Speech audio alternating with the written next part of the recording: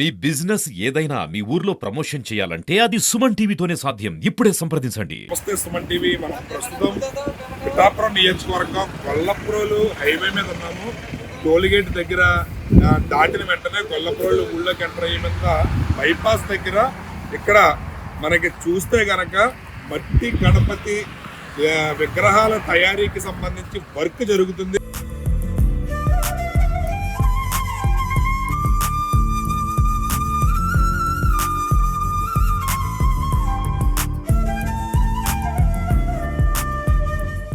పవన్ కళ్యాణ్ గారు గత కొన్ని రోజుల క్రితం ప్రకటించారు. సేవ్ ఫౌండేషన్ ఆధ్వర్యంలో విజయరామ్ గారు, ప్రకృతి ప్రేమించే వ్యక్తుల్లో పవన్ కళ్యాణ్ గారు, విజయరామ్ గారు ప్రకృతి పట్ల ఎంతో బాధ్యతగా ఉంటారు. అదేవిధంగా పవన్ కళ్యాణ్ గారు కూడా ప్రకృతి అంటే ఎనలేని ప్రేమ, అభిమానం ఆయనకి.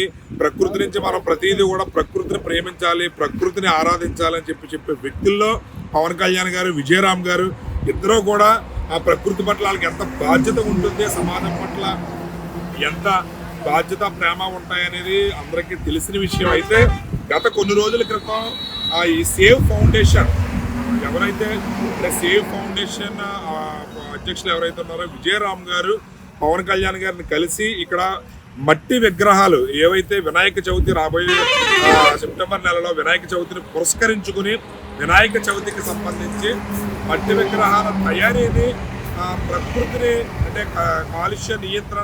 కాలుష్యాన్ని నియంత్రించాలనే ఉద్దేశంతో పవన్ కళ్యాణ్ గారు మొట్టమొదటిసారిగా మట్టి విగ్రహాలని పిఠాపురం నియోజకవర్గం నుంచే మొదలుపెట్టే దానికి కార్యాచరణ మొదలుపెట్టారు.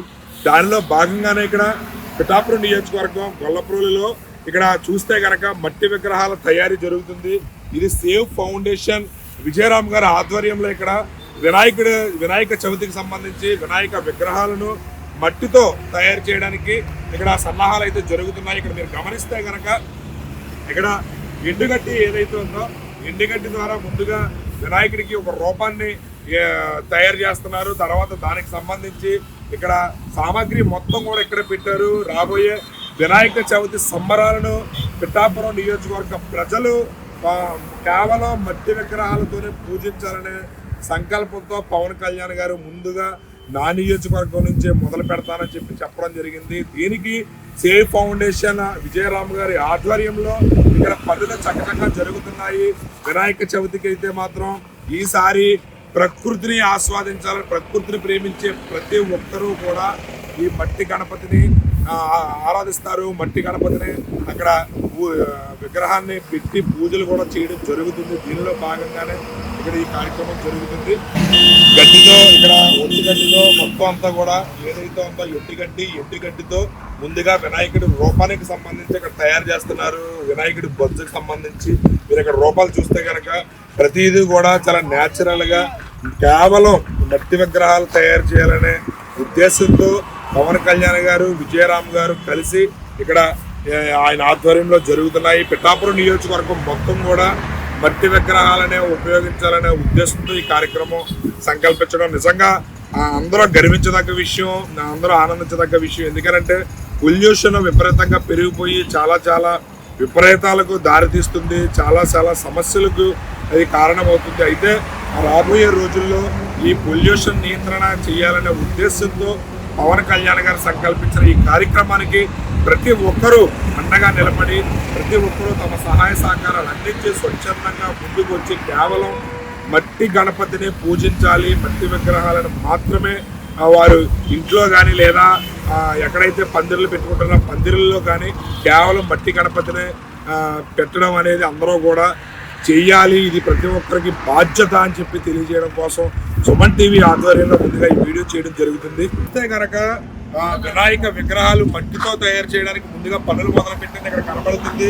చాలా విగ్రహాలు ఇక్కడ ఆల్రెడీ ఎండుగడ్డితో ఇక్కడ తయారు చేయడం మొదలైంది. అంటే డెమో మోడల్ ఎలాగైతే దాని షేప్ ఎలాగైతే అవుతుందో దానికి సంబంధించి ముందస్తుగానే వీళ్ళు ఆ షేప్ తయారు చేసుకోవడం జరిగింది. దీనికి మీరు ఇక్కడ చూస్తే కనుక చాలా విగ్రహాలు ఆల్రెడీ తయారు చేయడానికి దీనికి సంబంధించిన నమూనాలు సిద్ధం చేసి ఉంచారు. ఇక్కడ మనం గమనిస్తే కనుక ప్రతిదీ చూడండి. ఇక్కడ ఎన్ని రోజులు ఉండాలి ఇక్కడ మీరు? 10 రోజులు ఉంటారు ఇక్కడ. మరి విగ్రహం తయారు చేయడానికి మట్టి ఎక్కడి నుంచి వస్తుంది మీకు? मिट्टी किधर से आ रहा है? तो मट्टी ट्रैक्टर वाला वो उधर बाहर से लेके आ रहा है, कलकत्ता से आ रहा है, थोड़ा यहाँ से लेते हैं। మట్టి కూడా కలకత్తా నుంచి వస్తుందా? हाँ, थोड़ा मट्टी भी कलकत्ता से आ रहा है। ఒక విగ్రహం తయారు చేయడానికి ఎన్ని రోజులు పడుతుంది? एक बनाने के लिए ऐसा तो एक तो नहीं बन रहा है, एक ही साथ में बन रहा है। समझो एक विक्रम को 10 दिन लग जाता है। 10 రోజులు పడుతుంది. చూసారు కదా, వీళ్ళు విగ్రహాలు తయారు చేసే వాళ్ళు అయితే కలకత్తా నుంచి వచ్చారు. కలకత్తా నుంచి వచ్చి విగ్రహాలు తయారు చేయడానికి ఇదయ్యారు. మట్టి కూడా కలకత్తా నుంచే వస్తుందని చెప్పి తెలియజేస్తున్నారు. ఒక విగ్రహం తయారు చేయడానికి పెద్దదైతే 10 రోజుల వరకు పట్టొచ్చని చెప్తుంటున్నారు. ఇక్కడైతే చాలా శరవేగంగా విగ్రహాల తయారీ కార్యక్రమం అయితే రూపుదిద్దుకుంటుంది.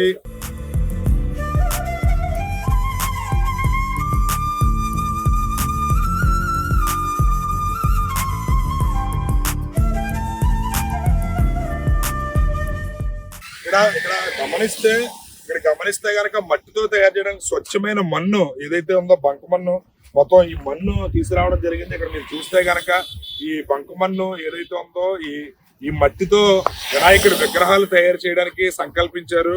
అదే విధంగా అక్కడ మీకు గమనిస్తే గనక వర్క్ చాలా వేగంగా జరుగుతుంది. ఎందుకంటే రాబోయే ఇంకా కేవలం 40 రోజులు లేదా 50 రోజులు మాత్రం మిగిలి ఉంది. సెప్టెంబర్ నెలలో వినాయక చవితిని పురస్కరించుకుని ప్రతి ఒక్కరూ కూడా మట్టి విగ్రహాలు పూజించాలనే సంకల్పంతో పవన్ కళ్యాణ్ గారికి మీరు గమనిస్తే మట్టి అక్కడ చూస్తే ఎర్రమట్టి ఉంది.